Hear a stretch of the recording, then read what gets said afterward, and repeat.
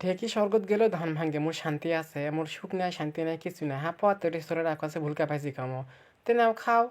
তাহলে কি করবিন? বাড়িতে এটা ওটা দাও আর নোয়া আলু নিয়ে আসো কিনে রে বুড়ে আরা। বাড়িতে ডিম দাও, চাউল দাও, তেল দাও, মশলা দাও, নোয়া আলু কিনে নিয়ে আসে ওলা খাও, স্বাদ লাগবে। কারো কাছে টাকা নাই, টাকা নাই তো কি করবি? খান নোয়া আলু কিনতে যে কটা লাগবে সেটা কটা টাকা দাও। 20 টাকা করে হাতে হাতে দিয়ে ব্যাগ সোদা যায় হাট বাজার করে নিয়ে আলো নিয়ে আসে খেয়ার খুঁড়ি জোগাড় পাতি করে দিয়েছে। মুই এইসব আন্দা বাড়ি তুলে দিছুম ভাত। ভাত হবে আলু ঘাটি ডিম সিদ্ধ করে আলু ঘাটি করবো। অতগুলা আলু ডিম সিদ্ধ হতে যথা সময় না করছে, একদম সিদ্ধ হচ্ছে না। বাইরে চুলা চারি চুমাতে গেলে বাতাস, চুলাতে আগুন সাটও আছে না। ক্যাং করে কি করবো টে? ছেলেরা আমি চাউলতে তুলে দিয়ে চুলেরা নাই, আশপাশ নাই। ডিম ছিল, আলু আলু ছিল, আলুগুলা সানোসো। একলা হাতে কটা কাম করবো? আলু ঘাটি তুলে দিছো, এক ঘড়ি আলু ঘাটি কুষিয়ে কুষিয়ে আনলো। ময়না মোর হাতে আন্দন যাই খাবে তার মোর বগলও চাটে খাবে, এতই সৎ করে মুই আন্দো। মোর আন্দনে সাবাসি চারি ছাও খালি ছুড়ে গিয়েছে। এতই বলে মোর হাতে সৎ বলে।